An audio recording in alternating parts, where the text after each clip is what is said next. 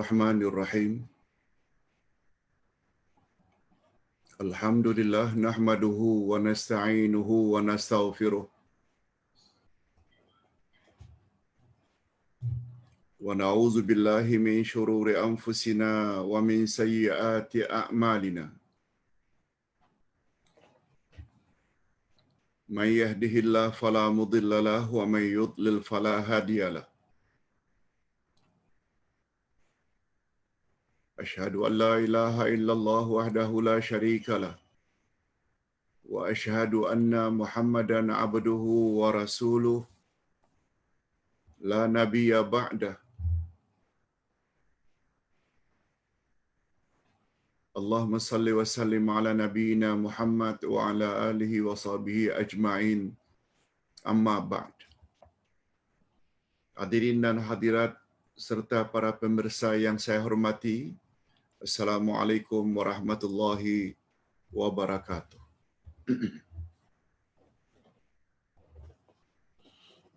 Alhamdulillah, kita bersyukur kehadirat Allah Azza wa Jalla. Berkat taufiknya kita dapat meneruskan lagi majlis ilmu kita dengan kitab wasiat. Wasiatku terhadap keluargaku ketika hidupku dan setelah wafatku, yaitu wasiat yang kelima, mendirikan ibadah salat.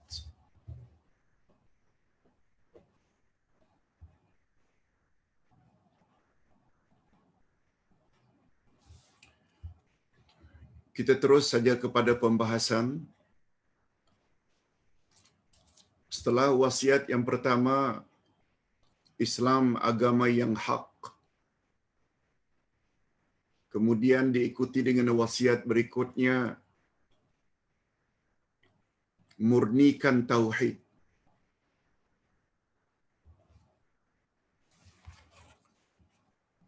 Wasiat berikutnya, ibadat kepada Allah. Yang keempat, akhlak yang mulia. Nah, yang kelima, ibadah salat. Ini memberi isyarat bahawa akhlak yang mulia kita, yang paling utama adalah mendirikan ibadah salat.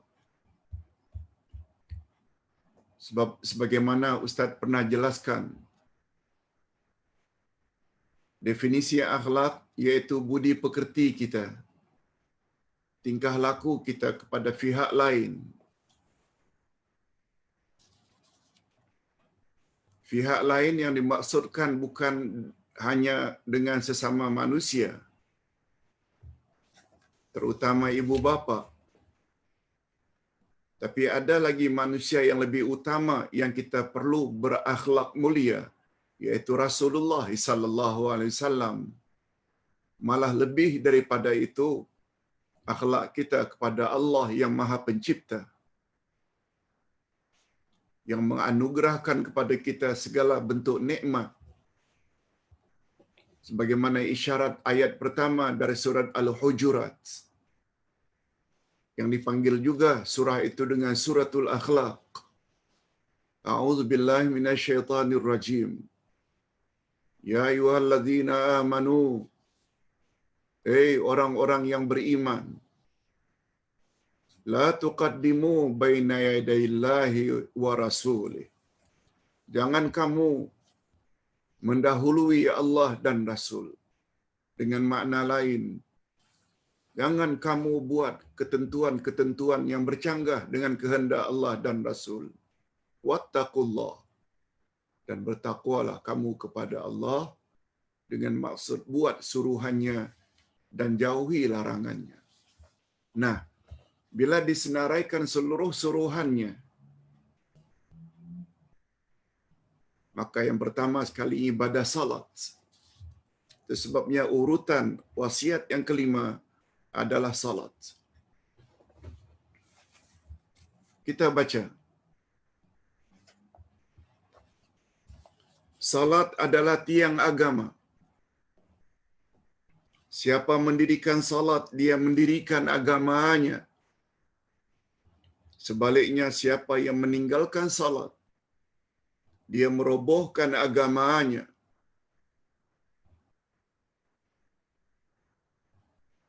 Salat ibadat pertama yang diwajibkan ke atas umat Muhammad sallallahu alaihi wasallam sebelum ibadat-ibadat yang lain.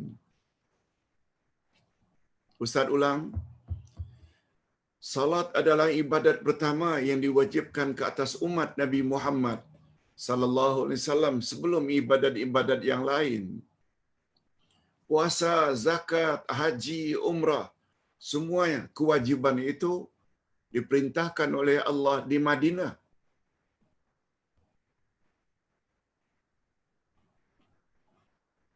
Tetapi salat ketika Nabi masih ada di Mekah, setahun sebelum Nabi hijrah ke Madinah, Nabi Isra' Mi'raj,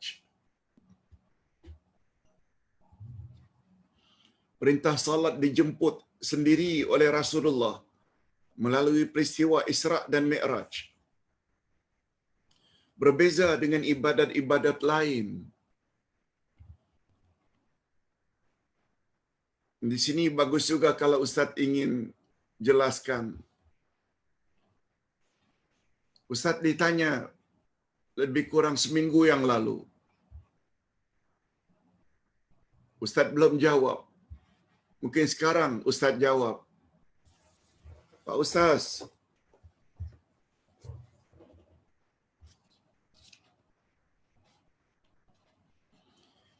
ibadah salat telah diwajibkan oleh Allah Azza wa Jalla jauh sebelum Isra' dan Mi'raj. Demikian kononnya dikatakan oleh seorang ustaz. Ustaz ulang.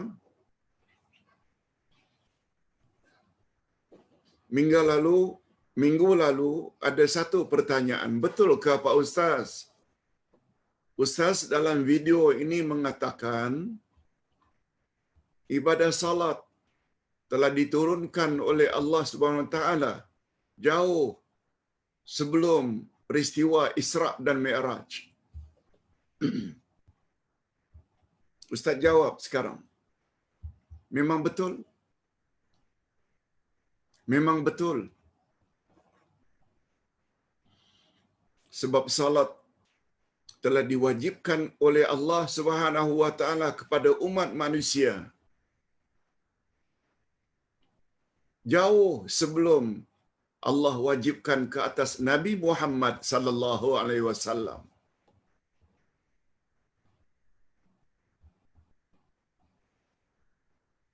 Umat Nabi Nuh, umat Nabi Ibrahim, umat Nabi Ismail, umat Nabi Ishaq,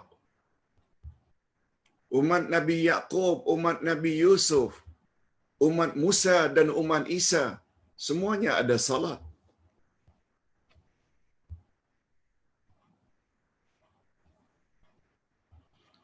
Itu sebabnya doa iftitah yang kita baca, wajjahtu wajhiya lilladzi fatara as-samawati wal ard hanifan musliman wa ma ana minal musyrikin inna salati wa nusuki wa mahyaya. Dalam Quran itu disebut oleh Allah sebagai perkataan Nabi Ibrahim. Di antara perkataan Nabi Ibrahim dalam doa tersebut, inna salati wa nusuki, sesungguhnya salatku dan pengorbananku, hidupku dan matiku semata-mata karena Allah. Ini memberi isyarat Nabi Ibrahim pun ada salat. Dalam peristiwa Isra' Mi'raj ketika Nabi Muhammad sallallahu alaihi wasallam diwajibkan oleh Allah agar melaksanakan mula-mula 50 waktu. 50. Begitu turun ke bumi. Sampai di langit yang kesekian, jumpa Nabi Musa. Nabi Musa tanya, "Ya Muhammad, apa yang engkau dapat arahan daripada Allah?" Nabi Muhammad berterus terang, "Aku telah diwajibkan oleh Allah juga ke atas umatku salat 50 waktu." Apa kata Musa? "Lebih baik kau naik lagi, yahai Muhammad, minta keringanan daripada Allah. Sebab umatku diwajibkan 50 waktu, mereka tak mampu. Mereka tak mampu." Akhirnya Nabi dengar nasihat Musa, naik lagi. Begitulah sampai 9 kali. Dari 50, minta dikurangi jadi 45. Naik lagi atas nasihat Musa. Jadi 40, jadi 35, 30, 25, 20, 15, 10. Akhirnya jadi 5. Nabi Muhammad sallallahu alaihi wasallam naik lagi ke langit, minta keringanan. Ibadah salat ialah 50. Akhirnya menjadi 5 atas nasihat siapa? Atas nasihat Nabi Musa. Ini memberi isyarat Nabi Musa pun disuruh oleh Allah agar mendirikan salat. Hanya saja kita katakan bahawa salat yang diwajibkan ke atas umat Muhammad 5 kali, perintah itu dijemput sendiri oleh Nabi Muhammad ke langit dalam peristiwa Isra Mi'raj dengan makna suatu syariat. Bila disebut syariat, iaitu satu ibadat, satu amalan yang mesti mengikut tata cara kaifiat Nabi Muhammad sallallahu alaihi wasallam. Tentang nama salat itu, betul memang sudah wujud sebelum Nabi Muhammad, tapi itu syariat lain. Syariat Musa, syariat Ibrahim, dan syariat nabi-nabi yang lain. Cara mereka lain. Demikian juga tentang puasa. Puasa telah ada di zaman Nabi Nuh lagi. Dikatakan hanya 3 hari. Puasa telah wujud di zaman Nabi Musa lagi. Itu sebabnya Nabi Muhammad sallallahu alaihi wasallam bersabda, "Perbezaan puasa antara umat Yahudi dengan umatku adalah makan sahur." Umat Musa berpuasa, memang berpuasa, tapi tak ada makan sahur. Tapi umat Muhammad ada makan sahur. Nah, jangan salah faham. Bila dikatakan ibadah salat sudah wujud sebelum Isra Mi'raj, memang betul. Sebab salat itu syariat. Syariat maknanya peraturan dalam beramal mengikut cara yang ditunjuki oleh Rasul masing-masing. Okey, itu sekedar penjelasan.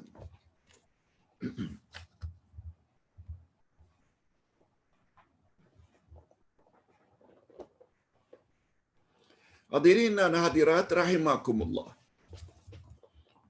Pembeza utama Muslim dengan kafir adalah meninggalkan salat. Sampai begitu. Nak menunjukkan betapa pentingnya ibadah salat. Al-farqu bainal muslim wal kafir tarkus salah. Pembeza utama Muslim dengan kafir adalah meninggalkan salat. Itu sebabnya ada riwayat, "Man taraka salata muta'ammidan faqad kafara jihara." Siapa yang mendirikan, siapa yang meninggalkan salat, maka kafirlah dia dengan nyata-nyata kafir. Jihara maknanya clear, nyata, jelas kekafirannya bila tidak salat. Cuma dalam memahami makna kafir di situ, para ulama fiqh berbeza pendapat. Ada yang mengatakan kafir keluar dari Islam, murtad. Ada pula yang mengartikan kafir itu dosa yang amat besar. Wallahu a'lam. Nah, sekarang kita ingin tahu, adakah hujah atau dalil Ustaz tentang kewajiban salat ini? Oh, kalau mau bawa ayat Quran sangat banyak. Antara lain, aqimus salah wa atuz zakah. Dirikan salat, keluarkan zakat. Sangat banyak. Antara lain juga firman Allah, surat Al-Mu'minun ayat 1. A'udzu billahi minasyaitonir rajim. Bismillahirrahmanirrahim. Qad aflahal mu'minun alladzina hum fi salatihim khashi'un. Sesungguhnya beruntunglah orang-orang yang beriman. Qad aflahal mu'minun. Beruntunglah orang-orang yang beriman. Orang beriman yang macam mana? Yaitu orang-orang yang khusyuk dalam salatnya. Salat. Khusyuk dalam salat.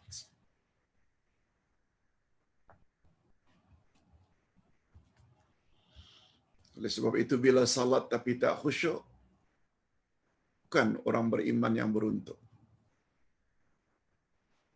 Yang beruntung disifati pertama di sini. Pertama ada iman. Yang kedua, bila salat, khusyuk salatnya.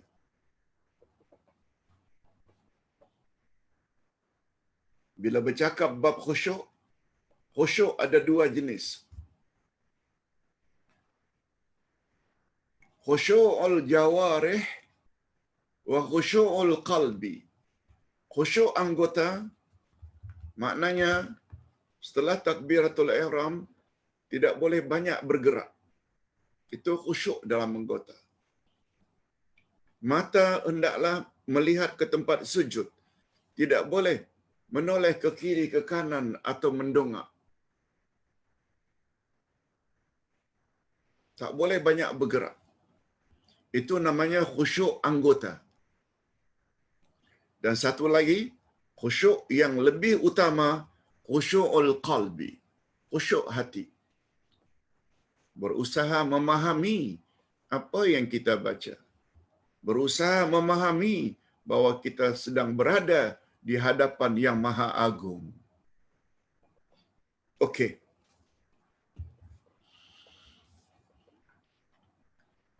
Dalil yang kedua dari Nabi.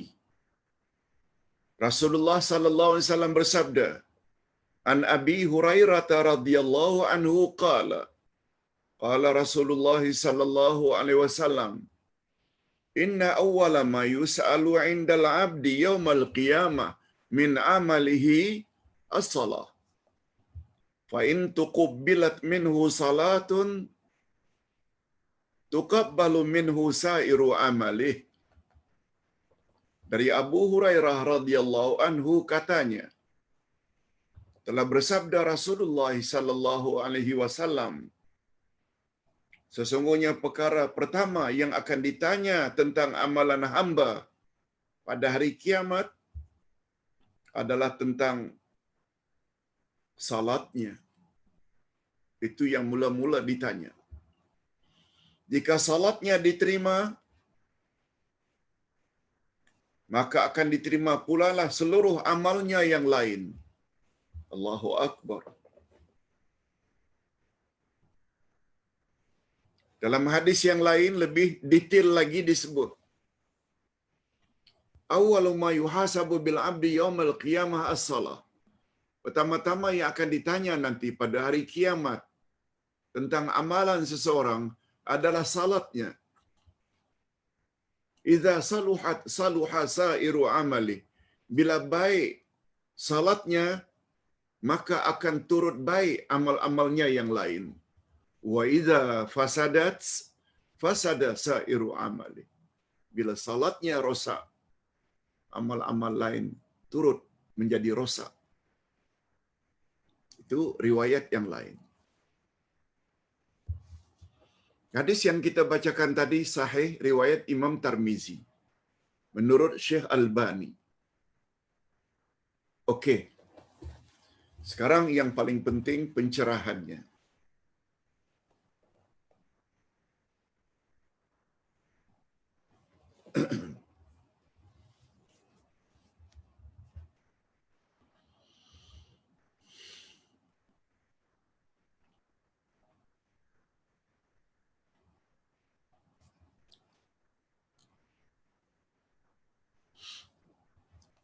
Apa penjelasannya Pak Ustaz? Begini. Salat adalah ibadat yang paling utama. Kita dah sebut tadi. Itu sebabnya dia dikatakan sebagai tiang agama. Kalau rumah, barulah kuat dan kokoh bila ada tiang. Tanpa tiang, rumah akan roboh. Terutama atap dan shilling, semua akan runtuh.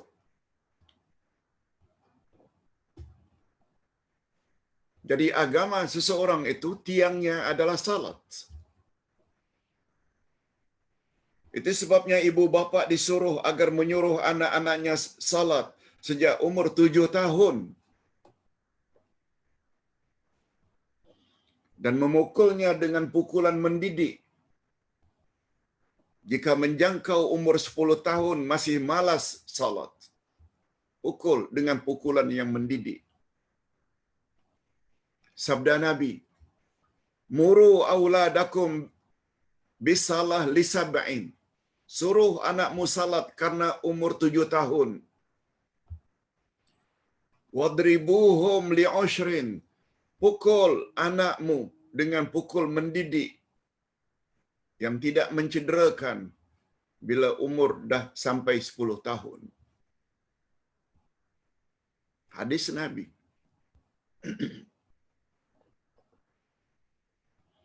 Sungguh banyak perintah mendirikan salat di dalam Al-Quran dan di dalam hadis-hadis Nabi sallallahu alaihi wasallam.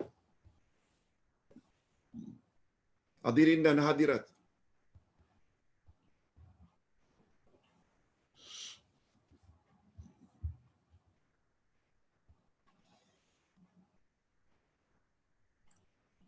apa yang ibu bapa biasanya ingat bila anak mencecah umur 7 tahun? Apa biasanya? Mula masuk sekolah rendah. Kalau Indonesia dipanggil dengan SD, sekolah dasar, 6 tahun. Sekolah rendah kalau di Malaysia. Sekolah kebangsaan. Nak, jangan buat macam biasa. Kamu sudah umur 7 tahun, nak. Hari ini kamu mesti pergi ke sekolah. Ibu bapa yang beriman bukan hanya mengingatkan anak umur tersebut. Umur mula sekolah rendah atau sekolah dasar.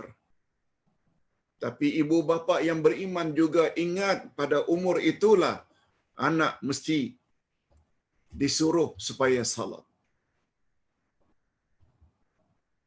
Bangun nak, mandi, sarapan, pakaian sekolah uniform, pakaian seragam. Tunggu bas nak yang akan jemput. Salat subuh tidak disuruh. Salah. Ustaz tak nafikan. Kebanyakan umat Islam ingat perkara ini. Malah sebelum umur 7 tahun. Ketika anak masih lagi tadika. Taman kanak-kanak. Taman didikan kanak-kanak. Anak sudah mula disuruh untuk salat. Bagus. Itu maksud Ustaz. Jangan sampai mereka tidak disuruh. Ibu bapa demikian akan disoal siasat oleh Allah Azza wa Jalla nanti di akhirat. Andai kata setelah membesar dewasa anak tidak salat, mengapa dulu kamu tidak suruh? Hanya saja perlu diingat. Hanya saja perlu diingat.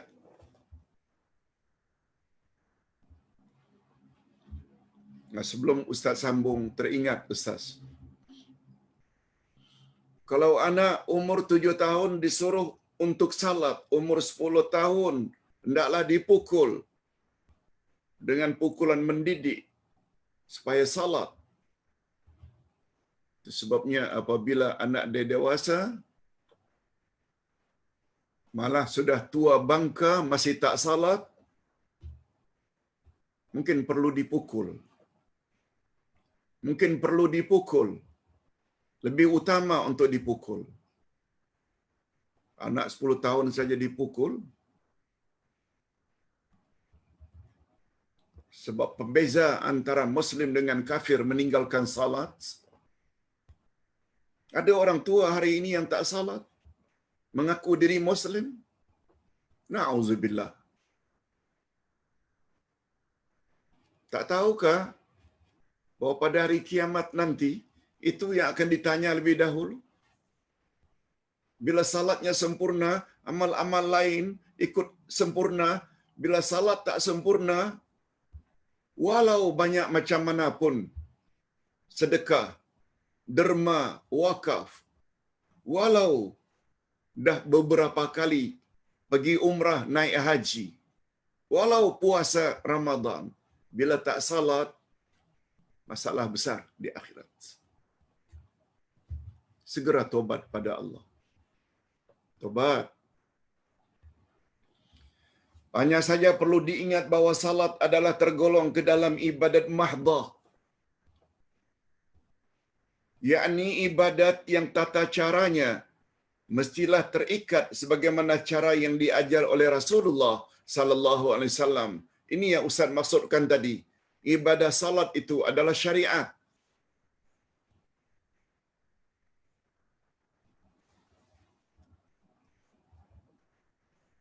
Bila kita belajar buku Hakikat Dua Kalimah Syahadat, Ustaz ada sebut di sini. Dua kalimah syahadat itu, asyhadu an la ilaha illallah dipanggil dengan syahadat akidah. Itu masalah iman. Iman kita kepada Allah. Iman kita kepada Rasul, kepada malaikat, pada kitab, hari kiamat dan takdir. Itu namanya syahadat akidah. Sedangkan wa asyhadu anna Muhammad Rasulullah itu syahadat syariat. Iaitu segala ibadat yang diajar oleh Nabi, kita mesti ikut cara Nabi. Termasuklah salat. Itu yang kita maksudkan dengan ibadat mahdah. Ibadat yang mesti ikut cara Nabi. Termasuk puasa, tawaf, sa'i, wukuf di Arafah.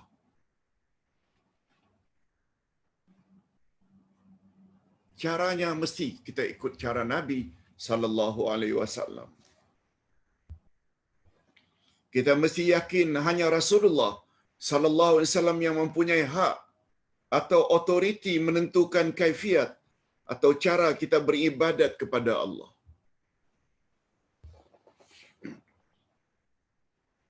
Kalau Ustaz boleh ingatkan kita balik. Pelajaran akidah buku 1 lagi. Buku 1 lagi. Kita sekarang dah sampai buku 3. Dalam buku 1 lagi. Ustaz dah ingatkan. Rukun iman ada 6. Semua kita tahu. Bila rukun iman yang 6 ni diperkecil, dia jadi 3.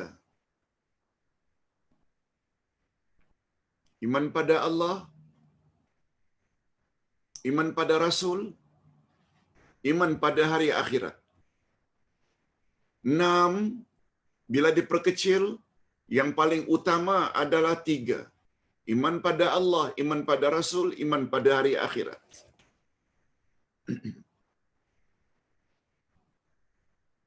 Pertama, kita mesti wahdaniyah, beriman kepada Allah yang Maha Esa.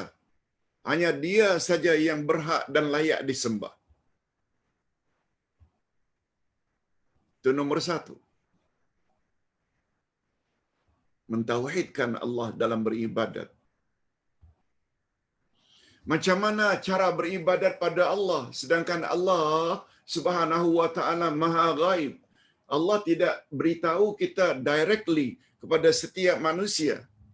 Tunggu dulu. Jawabnya tak tahu. Macam mana cara awak beribadat pada Allah sedangkan Allah itu Maha Ghaib? Dia tidak ajar directly kepada kita. Itu sebabnya ada ar-risalah. Setiap generasi Allah angkat manusia pilihannya untuk jadi rasul agar membimbing umat manusia, dan rasul tersebut menerima wahyu melalui malaikat Jibril.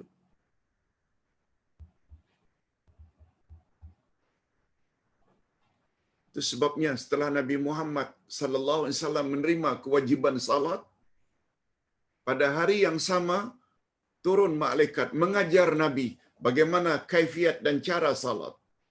Takbir, letak tangan, baca ini, baca itu, rukuk, i'tidal, sujud, apa yang patut dibaca di dalam setiap rukun, dan diakhiri dengan salam. Setelah malaikat balik, Nabi demo cara salat yang malaikat ajar kepadanya kepada para sahabat. Lalu bersabda, "Sallu kama ra'aitumuni usalli." Salatlah kamu sebagaimana kamu tadi tengok cara aku salat. Nabi terjawab soalan, bagaimana cara kamu beribadat pada Allah? Jawabnya, ikut cara Rasul. Yes, ini dia. Pertanyaan ketiga, untuk apa kamu beribadat kepada Allah ikut cara Rasul? Jawabnya,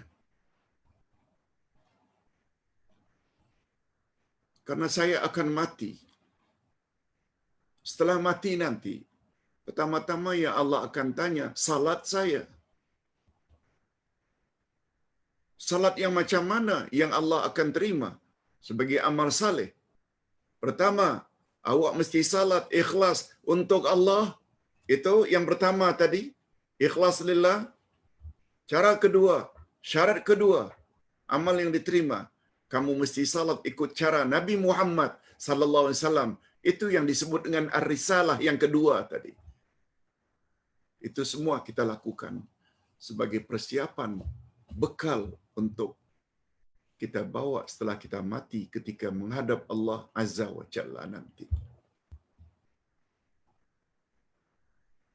Macam itu memahami rukun iman.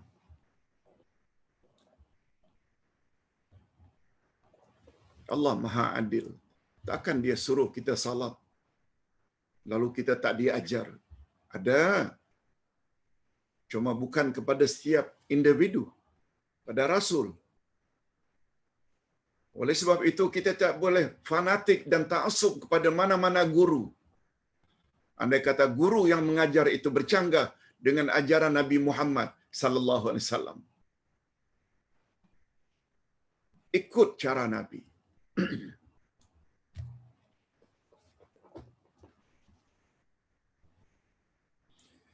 Oleh sebab itu kesempurnaan suatu ibadat sangat tergantung sampai di mana dekat jauhnya cara ibadat itu dilakukan dengan cara yang telah dibimbing oleh Rasulullah sallallahu alaihi wasallam.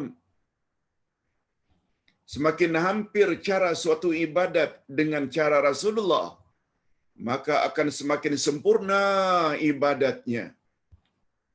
Mudah-mudahan kita termasuk ke dalam golongan ini. Bukan dengan cara menambah di sana sini sesuatu yang tidak ada sumbernya dari Nabi. Jangan. Itu yang kita sebut semalam pada pelajaran terakhir. Buku 1. Ke arah memahami Al-Quran dan Al-Hadis. Wasiat Rasulullah. Apa wasiat yang terakhir? Wa iyyakum muhdatsatil umur. Hindarkan olehmu mengada-adakan cara baru dalam agama. Semua perkara-perkara baru dalam urusan agama adalah bid'ah dan semua bid'ah adalah sesat.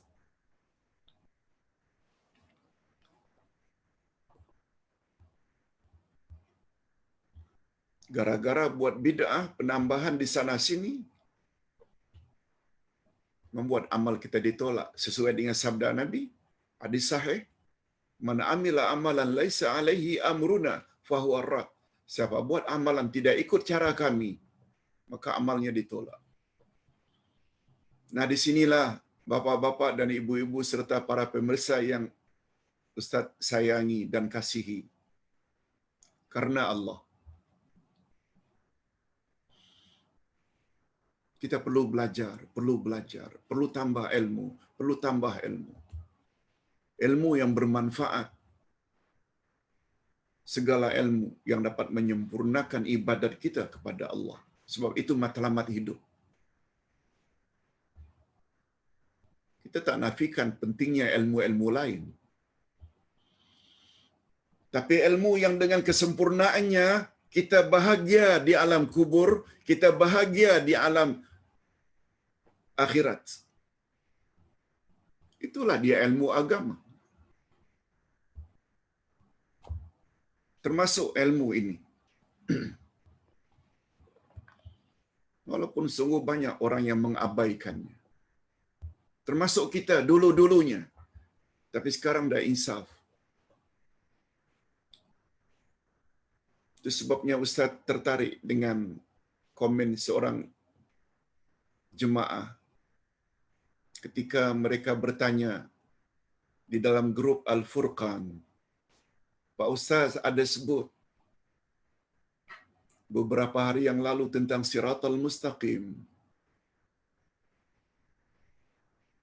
Walaupun Ustaz telah sebut beberapa kali, saya termasuk jemaah baru 2 bulan.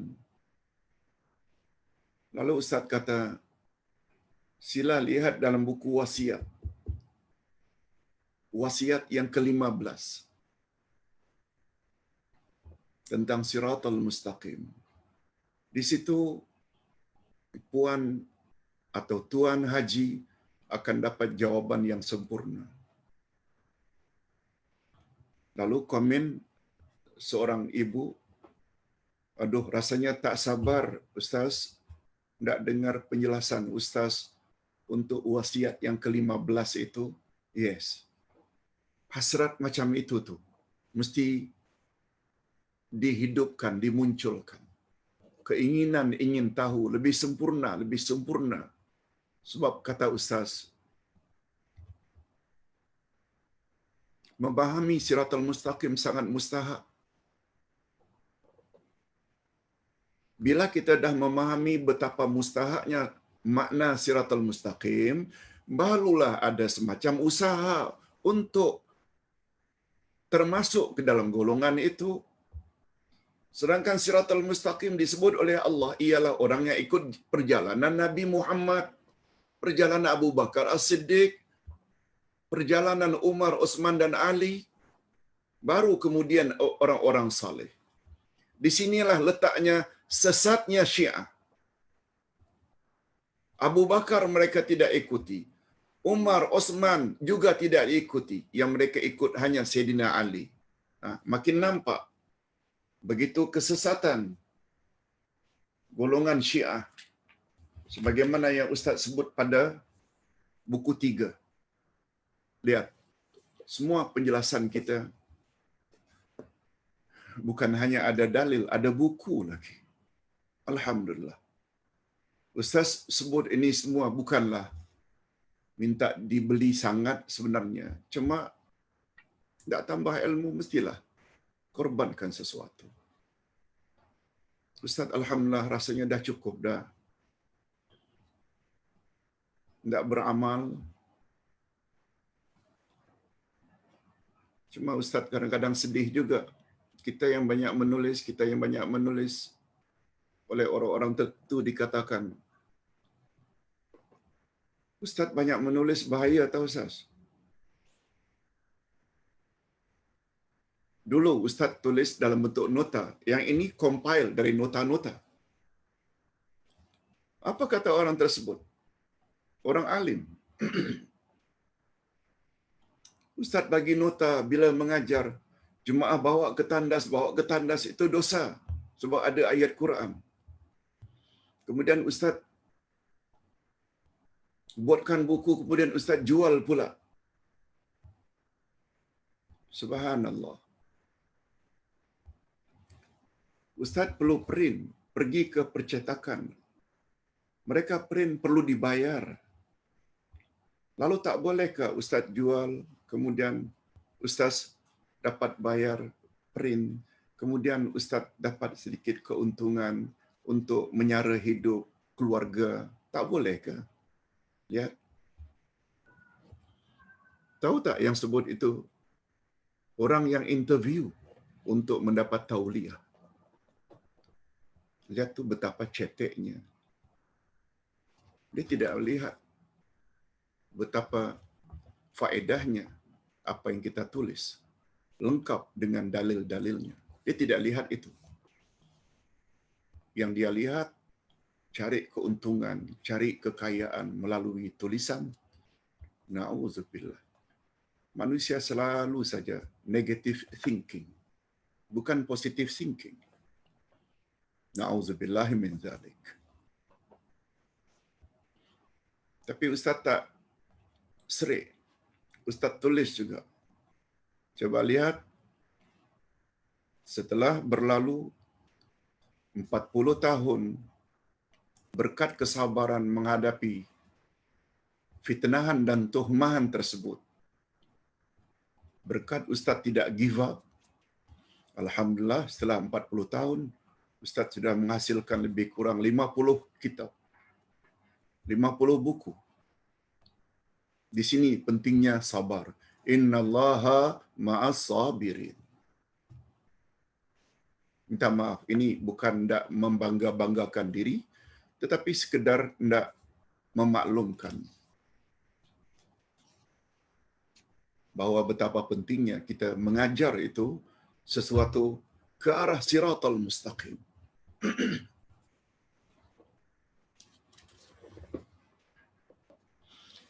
Kita dibolehkan mengikuti pandangan seseorang ustaz. Kita boleh mengikuti pandangan seseorang ustaz atau tuan guru agama, boleh. Malahan sangat dianjurkan sebab mereka adalah golongan yang relatif, nisbian, lebih banyak ilmu agama. Mereka orang yang banyak ilmu, ikutlah. Daripada kita sebagai orang awam, ikutlah. Namun perlu berhati-hati dan waspada selalu. Jangan sampai kita dihinggapi oleh sifat fanatik atau mengikut secara membuta tuli, sehingga sanggup menolak ketetapan yang datang daripada Nabi sallallahu alaihi wasallam secara sahih. Ikutilah jejak langkah Imam Asy-Syafi'i.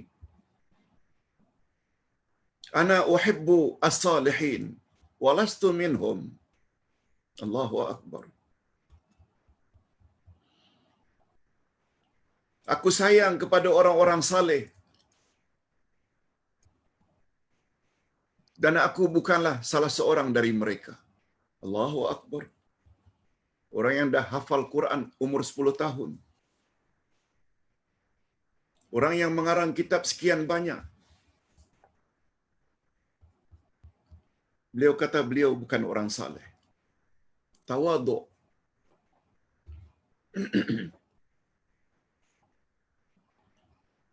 Ra'yi 'ala as-shawab yahtamilu al-khata' wa ra'yu ghairi 'ala al-khata' yahtamilu as-shawab. Ini lagi cantik. Pendapatku benar, kata Syafi'i. Tapi ada kemungkinan salah. Dan pendapat selainku salah. Tapi ada kemungkinan benar. Lihat. Beliau tak pernah declare yang beliau itu maksum. Sebab kita yang berpahaman Ahlus Sunnah meyakini yang maksum hanya Nabi Muhammad, bukan Syiah. Syiah 12 keturunan Sayyidina Ali, semuanya maksum. Jangan kata perbezaan Ahlus Sunnah dengan Syiah itu kecil. Nah. Kata Syafi'i lagi, bila kamu dapati pendapat aku bercanggah dengan hadis yang sahih, campak olehmu pendapatku ke tembok dan ambil hadis yang sahih. Macam ini jadi pengikut Imam Syafi'i. Tidak ta'assub, fanatik, tak menentu. Ingat selalu, di akhirat nanti setiap kita akan dihadapkan ke mahkamah ilahiyah, mahkamah ketuhanan, untuk dihisap. Allahu Akbar.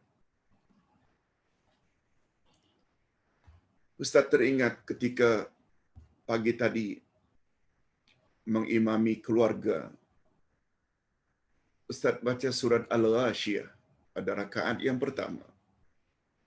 Apa penghujung surat Al-Ghashiyah?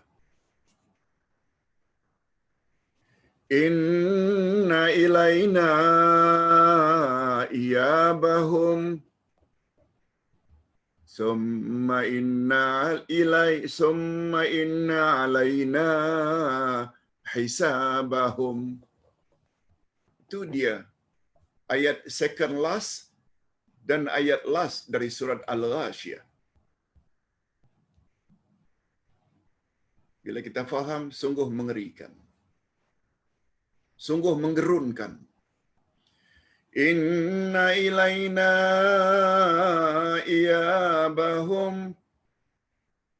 Sesungguhnya kepada kamilah semua mereka akan kembali. Sebabnya bila ada kematian, kita ucap inna lillah wa inna ilaihi raji'un. Semalam Ustaz ditanya, Pak Ustaz, saya dengar dalam satu ceramah, Ustaz tersebut mengatakan, inna lillah wa inna ilaihi raji'un, hanya dibaca oleh orang yang ditimpa musibah saja.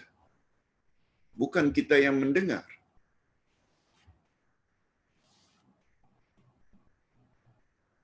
Kita hanya disuruh berdoa. Sedikit pencerahan. Ustaz jawab, memang betul, inna lillah wa inna ilaihi raji'un hendaklah diucap oleh orang yang ditimpa musibah. Lihat ayat 156-157 Al-Baqarah. Allazina idza asabatuhum musibatun qalu inna lillahi wa inna ilaihi raji'un. Sampaikanlah, hai Muhammad, berita gembira kepada orang-orang yang sabar. Lalu Allah sebut, yaitu orang-orang yang apabila ditimpa musibah, dia berkata. Yaitu orang-orang yang apabila mereka ditimpa musibah, mereka berkata, inna lillahi wa inna ilaihi raji'un. Betul? Begitu literal translation. Mereka yang ditimpa musibah, umpamanya ibu bapa meninggal, anak, isteri, suami, cucu meninggal, inna lillahi wa inna ilaihi raji'un. Malah kita dulu pernah sebut, inna lillahi wa inna ilaihi raji'un bukan sempena kematian sahaja. Sebab Allah sebut, allazina idza asabatuhum musibatun. Apa-apa saja musibah. Rumah terbakar ke, kereta aksiden ke, Semua musibah boleh disebut inna lillahi wa inna ilaihi raji'un. Cuma kata Ustaz, bila kita dengar seseorang Islam, saudara kita seiman ditimpa musibah, kita juga patut ucap inna lillahi wa inna ilaihi raji'un, sebab Nabi menyebut mukmin dengan mukmin yang lain tak ubahnya seperti satu jasad yang apabila bahagian badannya sakit, terasa bahagian lain sakitnya. Oleh sebab itu, sebagaimana musibah menimpa kepada saudara kita seiman, kita juga merasa sedih. Seolah-olah musibah tersebut juga menimpa kita. Di mana salahnya kita juga ucap inna lillahi wa inna ilaihi raji'un. Sebab mukmin dengan mukmin lain macam satu diri. Itu sebabnya dalam surat Al-Akhlaq, surat Al-Hujurat, Allah Subhanahu wa taala melarang wala taqtulu anfusakum, jangan kamu bunuh dirimu sendiri.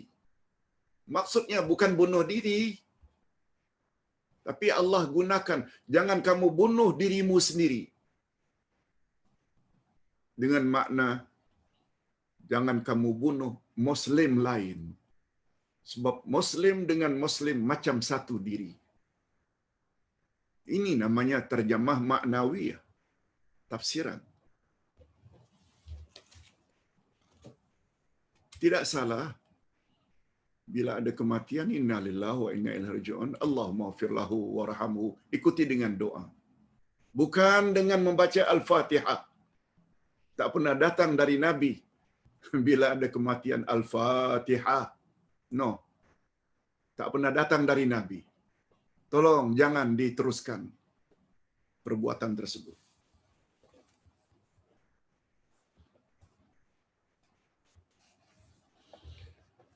Okey, itu sekedar selingan atau penjelasan.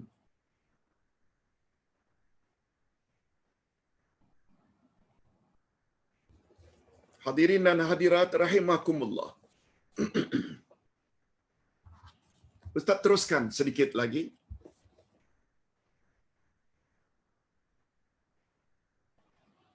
Ingatlah selalu, di akhirat nanti setiap kita akan dihadapkan ke mahkamah ilahiyah, mahkamah ketuhanan, untuk dihisap. Oh, Ustaz tadi belum selesai lagi terjemahkan ayat terakhir dari surat Al-Ghashiyah. Inna ilaina iyabahum, sesungguhnya kepada kamilah semua mereka akan balik. Itu sebabnya bila ada kematian, kita sebut inna lillahi wa inna ilaihi raji'un. Balik menemui Allah bukan sekedar balik. Bukan sekedar balik. Tapi balik untuk dihisap. Balik untuk disoal siasat. Itu sebabnya ayat berikutnya, wa inna alaina hisabahum, dan adalah menjadi tugas kami, kewajiban kami untuk menghisab mereka. Bukan balik sembarang balik. Balik untuk dihisab. Pertama-tama yang dihisab salat. Itu sebabnya kata Nabi, ingin tahu orang itu bijak ke atau bodoh, orang itu panjang akal ke atau pendek akal, tengok saja dua perkara pada orang itu. Kalau ada kedua-duanya, maknanya dia orang yang panjang akal. Pertama, banyak ingat mati. Yang kedua, senantiasa memperbanyak bekal untuk dibawa setelah mati. Sebabnya Ustaz katakan walaupun kita katakan orang itu bijak, sejak bekerja sudah menyimpan duit untuk hari tua setelah pension. Bijaklah daripada boros. Tapi bagi Ustaz, masih belum bijak lagi orang tersebut. Walaupun punya rumah, dah pension, punya kereta, punya kebun, masih belum bijak. Andai kata dia tidak membuat bekal persiapan untuk setelah dia mati. Malah andai kata dia tidak punya apa-apa pun setelah pension, dia masih lagi layak untuk mendapat bantuan dari Kementerian Kebajikan Masyarakat barangkali, melalui zakat dan sedekah orang barangkali. Tapi bila dah mati, apa nak tolong? Siapa nak tolong? Di akhirat siapa nak tolong? Kalau tidak amal sendiri. Mari kita jadi orang yang bijak.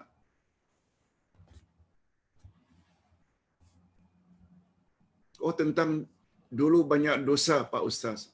Jangan bimbang. Kita baru sebut beberapa hari yang lalu. Tobat segera.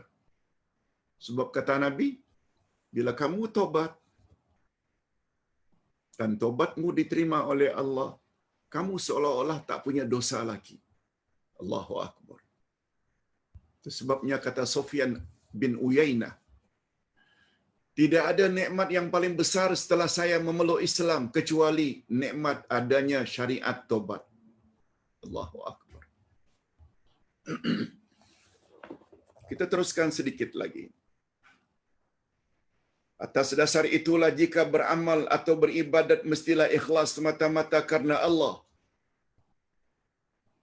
Ustaz ulang sekali lagi sedikit sebelumnya. Menurut keyakinan kita umat Islam, yang akan bertindak sebagai hakim di dalam mahkamah tersebut adalah Allah Azza wa Jalla. Lihat ayat terakhir dari surat At-Tin. Alaisallahu biahkamil hakimin. Bukankah Allah itu hakim yang paling adil? Dan yang bertindak sebagai saksi terhadap amalan kita adalah Nabi Muhammad sallallahu alaihi wasallam. Ini boleh kita lihat pada ayat 143 Al-Baqarah. Wa kadzalika ja'alnakum ummatan wasata litakunu syuhada'a 'alan nas wa yakuna ar-rasulu 'alaikum syahida. Rasul nanti akan jadi saksi. Oleh sebab itu, ikhlas mesti untuk hakim, yakni Allah. Dan cara kita beribadat mesti sesuai dengan panduan saksi, yakni Nabi Muhammad sallallahu alaihi wasallam. Atas dasar itulah jika beramal atau beribadat mestilah ikhlas semata-mata karena Allah, karena Dia akan jadi hakim. Dan kita mestilah beramal ibadat sesuai dengan bimbingan Rasulullah, sebab Rasulullah akan jadi saksi. Jika hakim dan saksi dalam mahkamah tersebut memihak kepada kita, maka akan diterima dan selamatlah kita dan selanjutnya layak masuk syurga. Allahumma ja'alna minhum. Semoga kita termasuk dalam kelompok ini.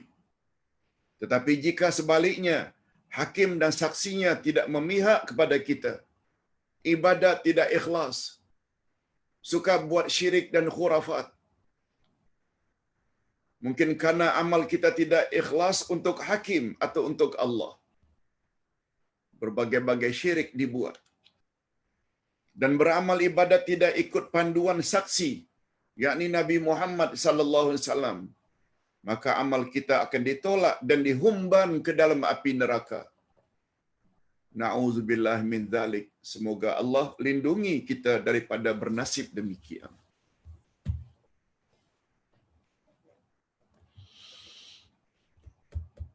Ini wasiat yang kelima. Dari 50.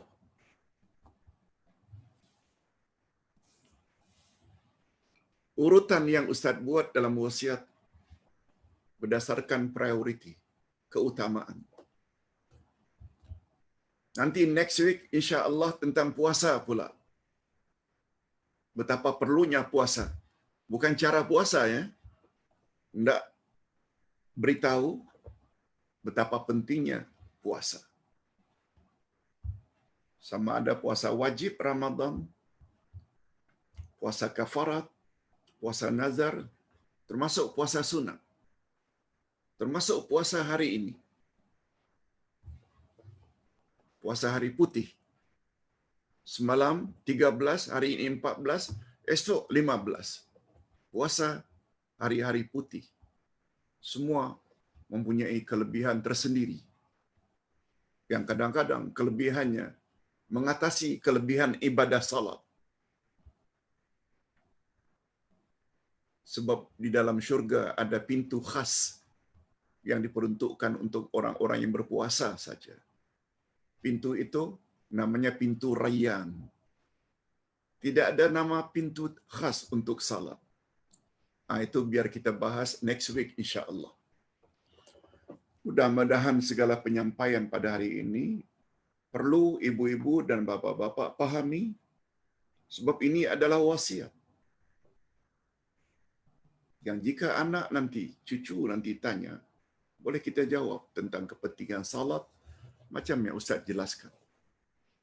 Dan kepada tim, Ustaz minta supaya wasiat ini kita susun satu demi satu.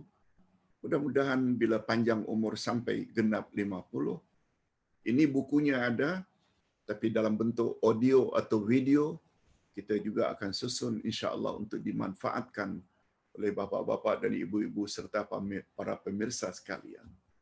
Sampai jumpa lagi esok insya-Allah. Kita akhiri dengan doa. Alhamdulillahirabbil alamin. Wassalatu wassalamu ala asyrafil anbiya'i wal mursalin wa ala alihi wa sahbihi ajma'in. Rabbana ighfir lana dzunubana wa liwalidina warhamhum kama rabbawna shighara. Rabbana hab lana min azwajina wa dhurriyyatina qurrata a'yun waj'alna lil muttaqina imama. Ya Allah, ampunkanlah dosa kami dan dosa kedua ibu bapa kami. Dan cucurilah mereka rahmat-Mu, ya Allah, sebagaimana mereka telah didik kami sejak dari kecil. Ya Allah, berilah kami pasangan hidup dan zuriat keturunan yang menyedapkan pandangan mata dan hati kami. Dan jadikanlah kami pemimpin bagi orang-orang yang bertakwa.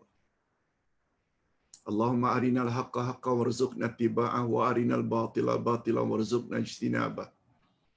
Ya Allah, perlihatkanlah kepada kami kebenaran akan kebenarannya dan berilah kami kekuatan untuk melaksanakan kebenaran tersebut. Dan perlihatkan jugalah sebaliknya kepada kami kebatilan, kesesatan itu akan kebatilan dan kesesatannya, dan berilah kami kekuatan untuk menjauhkan kesesatan itu sejauh-jauhnya.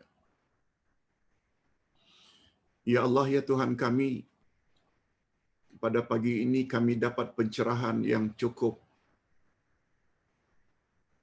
mantap tentang betapa pentingnya ibadah salat.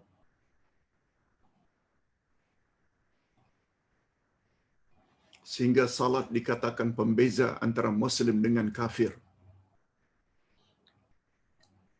Sehingga salat dijadikan amal pertama yang akan disoal siasat di akhirat nanti, sebelum amal-amal yang lain. Oleh sebab itu, berilah kami kekuatan, ya Allah, untuk senantiasa menyempurnakan rukun syarat, agar salat kami diterima dan menjadi salat yang baik. Dan beri jugalah kami kekuatan untuk memperbanyak salat-salat sunat. Sebab sabda Nabi-Mu, salat sunat dapat cover kekurangan salat-salat wajib. Allahumma khtim lana bi husnil khatimah wa la takhtim alaina bi su'il khatimah. Ya Allah, akhirilah hidup kami dalam keadaan yang baik, akhir dalam iman, akhir dalam amal saleh. Dan janganlah Engkau akhiri, ya Allah, dalam keadaan su'ul khatimah, akhir dalam syirik, khurafat, bid'ah dan bergelumang maksiat. Na'udzubillahi min dzalik. Rabbana atina fid dunya hasanah wa fil akhirati hasanah wa qina adzabannar. Ya Allah, berilah kami kebaikan di dunia, yaitu dapat berjalan di atas jalan yang lurus. Dan berilah kami kebaikan di akhirat, yaitu ampunan-Mu dan syurga-Mu, serta ridha-Mu. Dan hindarkan kami dari azab api neraka. Wa sallallahu ala nabiyyina Muhammad wa ala alihi wa sahbihi ajma'in. Subhana rabbika rabbil izzati amma yasifun. Wa salamun alal mursalin. Walhamdulillahi rabbil alamin. Subhanakallahumma wa bihamdika asyhadu an la ilaha illa anta astaghfiruka wa atubu ilaik. Wassalamualaikum warahmatullahi wabarakatuh.